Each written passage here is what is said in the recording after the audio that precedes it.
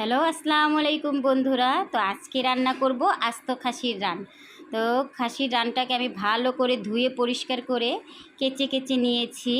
যেহেতু এটা আস্ত খাসির রান, ভিতরে যেন মশলাটা খুব ভালোভাবে পৌঁছায়, তার জন্য আমি এটাকে কেচে নিয়েছি। তো এখন আমি একে একে সব মশলা দিয়ে দিচ্ছি পেঁয়াজ, কাঁচামরিচ, তো দিয়ে দিচ্ছি আদা রসুন বাটা, তো দিয়ে দিচ্ছি আলু বোখারা, কিচমিচ। খাসিটা 1.25 কেজি ওজন ছিল।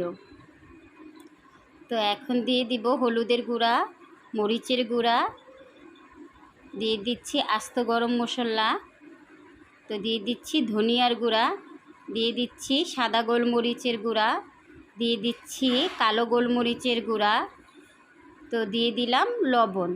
তো এখন দিয়ে দিচ্ছি তেল, দিয়ে দিচ্ছি বাদাম বাটা। এখানে 3টা বাদাম একসাথে বেটে নিয়েছি, কাজু বাদাম, কাঠবাদাম, পেস্তা বাদাম। আর দিয়ে দিচ্ছি জায়ফল জত্রিক বাটা, শাহি জিরা বাটা, পোস্তদানা বাটা, দিয়ে দিচ্ছি টক দই, দিয়ে দিচ্ছি পেঁপে বাটা মাংসটাকে নরম করে।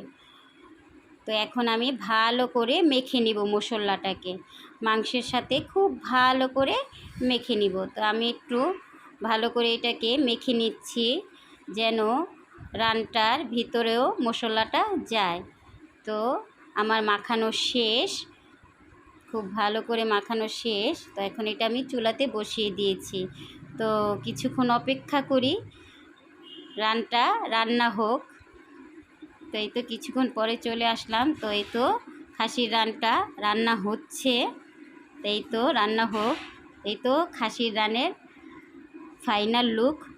তো দেখাই যাচ্ছে বন্ধুরা, খুব সুন্দরভাবে সিদ্ধ হয়েছে। তো জানাবেন কিন্তু কেমন হলো আমার আস্ত খাসির রানের রেজালাটা। তো আল্লাহ হাফিজ বন্ধু।